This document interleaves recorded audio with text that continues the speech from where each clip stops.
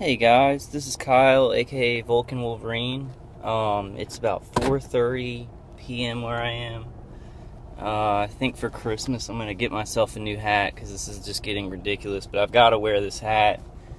It's from Less EMF, and I've got stuff in the lip of it, like shungite and silicone, to kind of take the heat from the hits, from directed energy weapon hits that I've been getting. I didn't really plan on what I wanted to talk about today. I was just kind of, getting groceries, and I guess what's on my mind is that since the holidays are here, the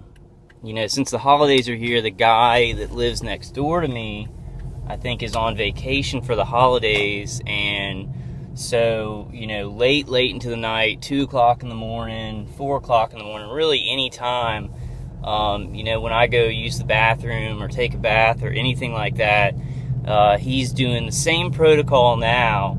It went from turning on his water right when I'd walk into the bathroom, shaking my toilet, hitting the wall and stuff like that, to now, he's doing the same protocol as the person above me was doing in the other condo that I lived in, but it's on the other side of my wall now. He's pouring stuff in his toilet, or pouring stuff down something, right when I walk into the bathroom. So it's this huge, like almost like he's pouring a bag of sand on the other side of the wall, and it's like all the time, every time I go in there.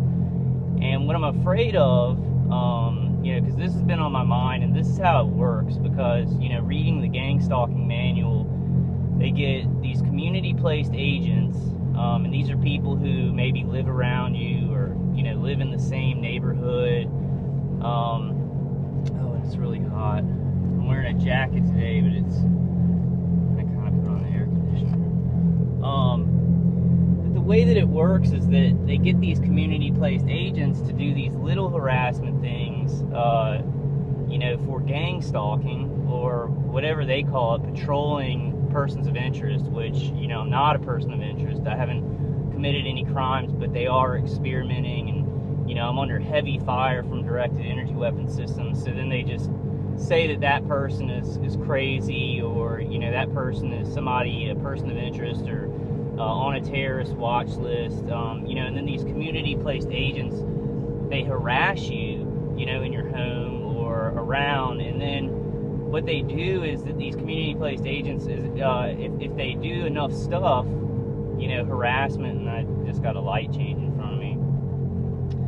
But when they do enough stuff, what the gang stalking manual says is that, they're kind of vetted, and then they can see if they can go into the electronics corps, which the gang stalking manual calls it the electronics corps. We call it, I guess we just call it people who are murdering us, people who have, electromagnetic weapons, directed energy weapons, that hit us remotely with them, or hit us with ground weapons from their place. And what I'm really worried about is because the guy, he has a shaved head, like ex-military. He's really dumb. Like, from the first time I saw him, I was like, man, this guy is going to be involved.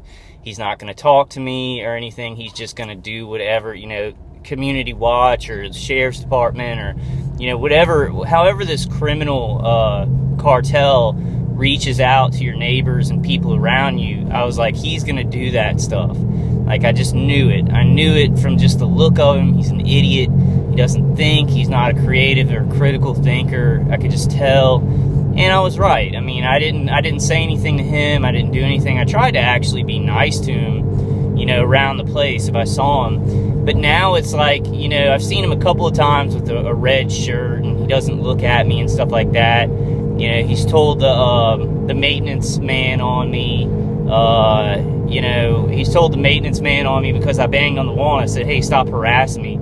I was trying to be kind of just a regular guy about it. Didn't think he knew really what was going on. But, he went and told the maintenance man. Then the maintenance man told my parents to discredit me to them. And then he just continued the harassment and ramped it up. But my real worry is that, and I guess it's not a worry, it's just kind of like, it's how it works. And so I'm kind of waiting on it. You know, the way that he times the harassment in my condo, he has to have surveillance. He has to have through-the-wall surveillance, or be getting, I mean, texts just all the time from my electronics corps people who are murdering me, which I doubt that they're sending him texts exactly at the right time, right when I get up. You know, I think that he has some kind of, you know, thermal imaging through the wall or something like that, you know. So he's already kind of, you know, they set these people up to already kind of surveil you for the specifically timed harassment. And then, you know, if they can kind of trust them, if they go through these things, then they give them, you know, electronic weapons. They give them directed energy weapons to go ahead and hit you with those. I feel like it's already gotten to that point, and I'm just denying it. I'm just trying to say, okay, well, this guy's just harassing me. I'm getting hit remotely. But I feel like what my gut is really saying, and my instinct and my intelligence is really saying, has already happened. The guy already, because I listen to Dave CD. You know, the bunker really works to attenuate a lot of this and block me, block out a lot of the directed energy weapon hits when I'm sleeping. Like, so I'm sleeping kind of comfortably now. Now I wake up a little bit sore, but it's blocking out a lot.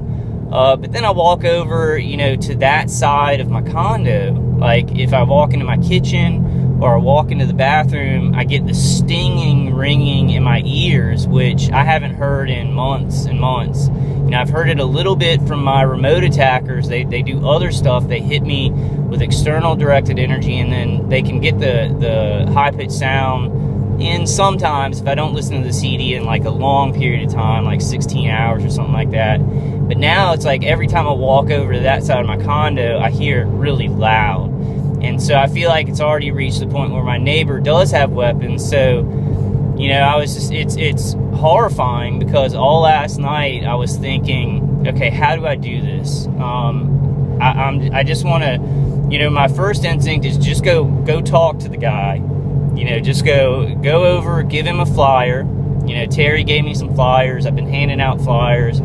Just go over, hand him a flyer, and say, hey, I'm an innocent citizen. I don't know you. I don't know why you harassed me, but I want you to just mind your own business. But then I'm thinking, you know, if I do that, then he'll just go to the maintenance guy and say that I was scaring him or something like that. And then I'll be discredited more to my parents, as they'll just call my parents and keep this cycle of, you know, trying to tattle on me when I react to the harassment. So I think what I'm going to do, you know, and this is the point of my video, is to kind of say, we've got to look at the avenues that they're taking and what they're trying to do to us, and then kind of cut them off at the pass.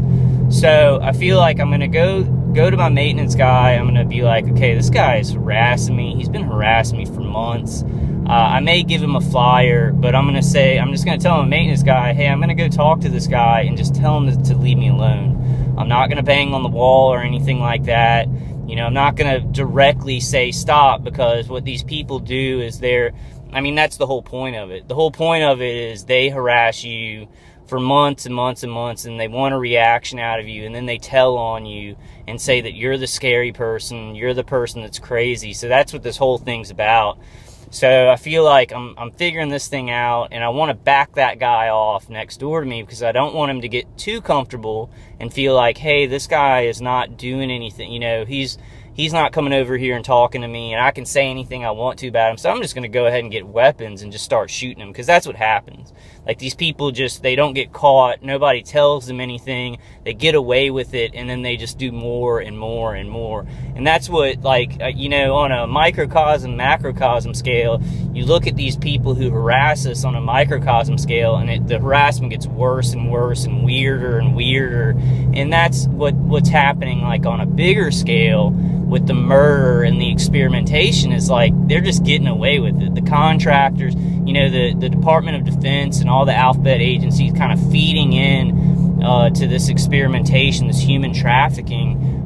You know, they're just experimenting and cutting into people's brains with microwaves and remote neural manipulating them, and, you know, all the neighbors are harassing, you know, the targets, and you know, which a lot of target individuals, I hate that term too. I don't think we should call ourselves targets because psychologically and metaphysically, that makes us more targets, because we're saying we're a targeted individual, and then we become an individual who is targeted, and it kind of helps the system.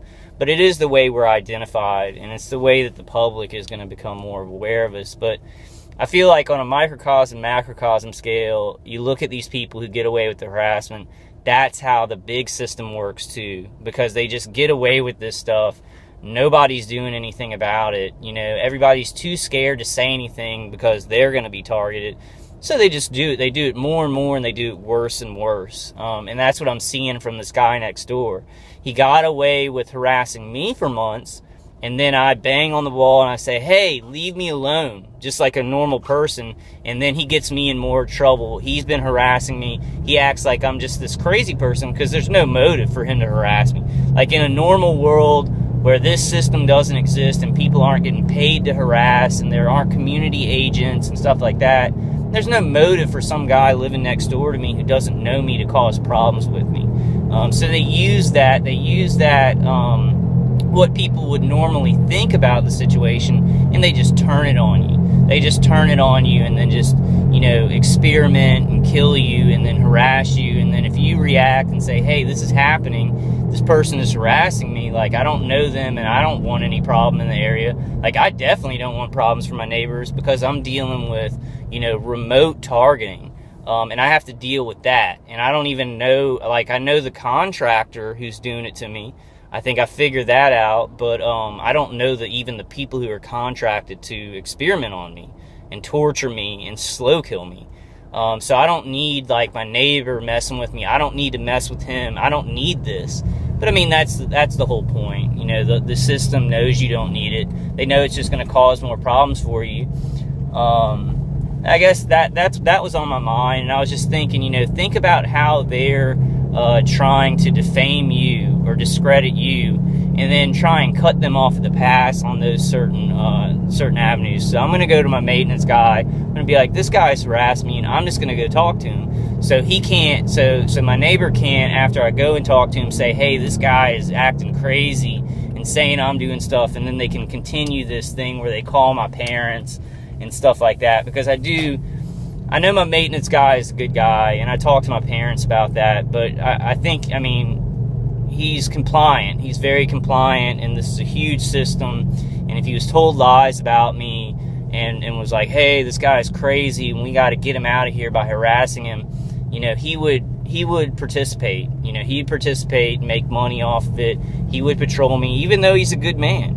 And that's why this stuff is so dangerous, because a lot of these people, they're not just horrible criminals. They think that they're doing something good for their society. And that's what makes it about 100 million times more dangerous and worse, because then good people start working with the murderers because they're told by authority figures that, you know, me or you, other target individuals, are the dangerous people, that we're the people on the terrorist watch list, or we're the crazy people to watch, or worse, lies about us, which I don't even want to speak. I don't even want to speak the worst lies because I don't want to even talk about that stuff. It's so disgusting, and it seems like society, there's a lot of, well, I'm not going to even get into that, but just worse lies that are horrible, worse than even the worst slander that could be done to anybody in the world. That's kind of on my mind today. You know, Christmas is coming up, and my parents are coming into town. I'm going to spend time with my family. You know, I continue to deal with this stuff. I continue to go to conference calls because it is happening. Like the bunker, I have to tell you guys, you know, it's about 5 heavy layers of heavy duty aluminum foil, you know, on the bunker, and it's all the way around, and I've covered the front kind of with a small air hole in the front, and it is helping me to get some better sleep. It's helping them to not rip up my body completely, and they get a little bit of directed energy weapon shit through, but it is helping a lot. And I think that's why, you know, they would go to, okay, we need to get this guy next to him, we need to get him some ground weapons, so when this guy's not in his bunker, you know, he